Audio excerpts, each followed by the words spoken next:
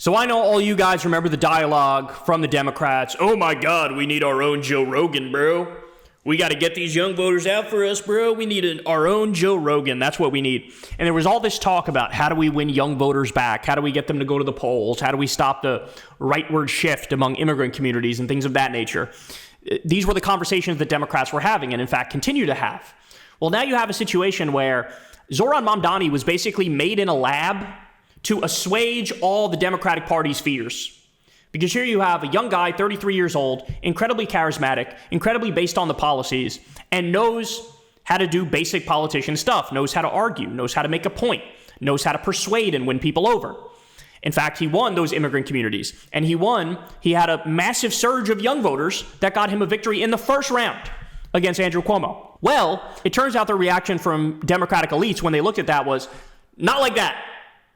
We want young voters, we want immigrants to come back, but not like that. Definitely not like that. Why? Because as you all know, it's on the substance that Democratic elites, the corporate Democrats, the establishment Democrats, it's on the substance that they say, we can't go in the direction of Zohran. Why? Because Zohran actually challenges the powerful. He challenges the corporations. He challenges the billionaires. He openly critiques capitalism and says, no, I'm a democratic socialist. I have many critiques of capitalism.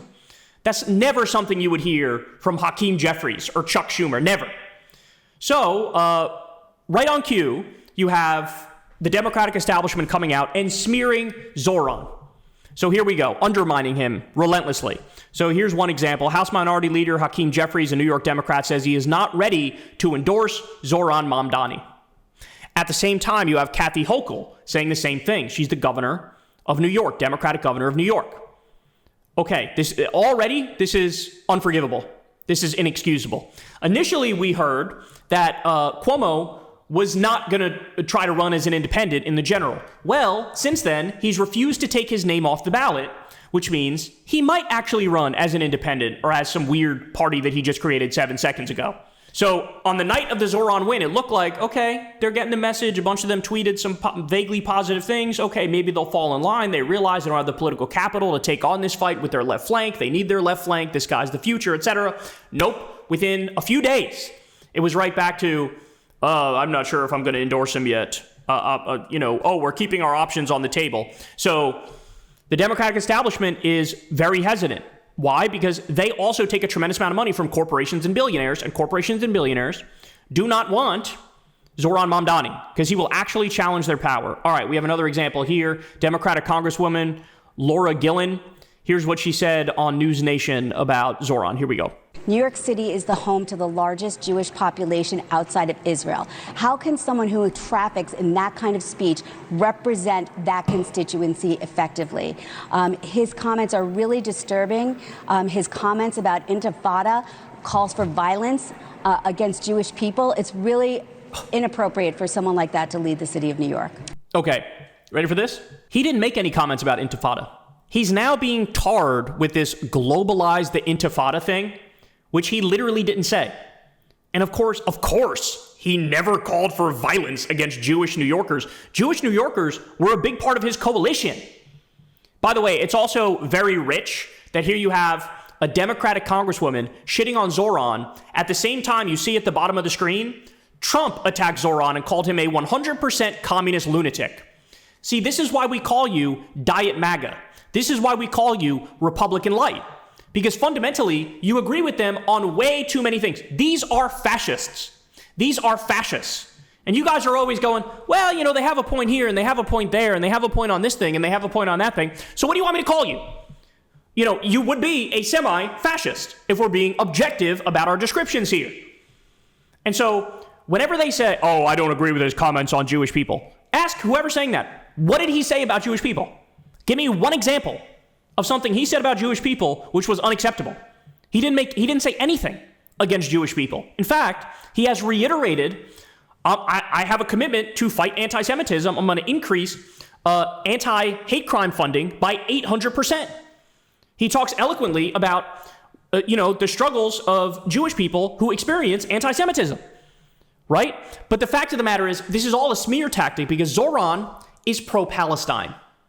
Zohran wants to make sure Palestinians have freedom and dignity, and he humanizes them, right? And so they look at that and they go, that's unacceptable. We can't have that. We can't have somebody who criticizes the Israeli government and calls what they're doing accurately a genocide. We can't have somebody who calls the IDF war criminals. We can't have somebody who says, if Netanyahu steps foot in New York City, I'm going to have him arrested because we believe in international law. That's what this is really about. All the cheap tricks to say, oh, he's an anti-Semite. It's just that. It's a cheap trick. It's a smear. They literally cannot bring up a single anti-Jewish statement he's ever made. This is all lies to protect the genocidal, bloodthirsty government of Israel.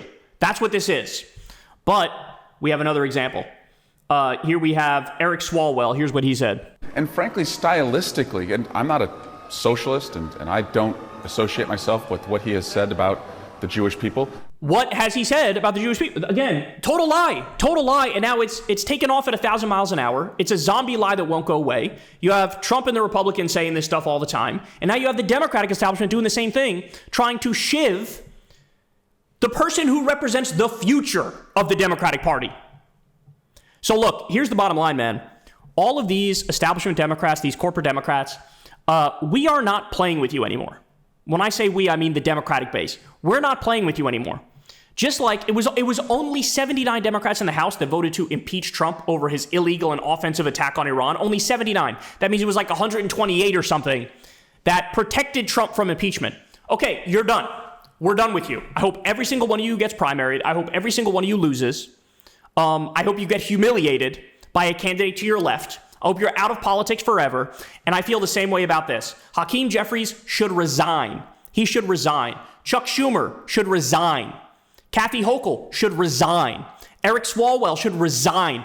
If you guys are totally incapable of beating Trump and Trumpism, and you fail over and over and over, and then here we have a Democratic candidate who's a superstar who destroys Trump and Trumpism, and what do? You run interference for the right, and you smear this guy, which gives the right more ammunition and more fuel. You're not on the team. You're not on the team. You don't represent the Democratic base. By the way, super important point. You ready for this? This is an incredible fact.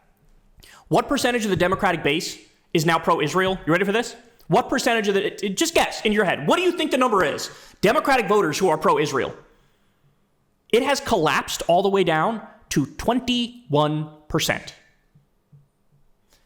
All of these asshole Democratic politicians who've cucked themselves to the right and smear Zohran, every single one of them, they are wildly out of step with the Democratic base. They support Netanyahu. They support the Israeli government. If you say something like free Palestine, they call that hate speech. We have Kirsten Gillibrand, who accused Zohran of being a jihadist and supporting jihadism. Every single Democratic politician who's smearing Zohran should resign. And you should call any of the Democratic politicians who are smearing Zohran, and you should set them straight.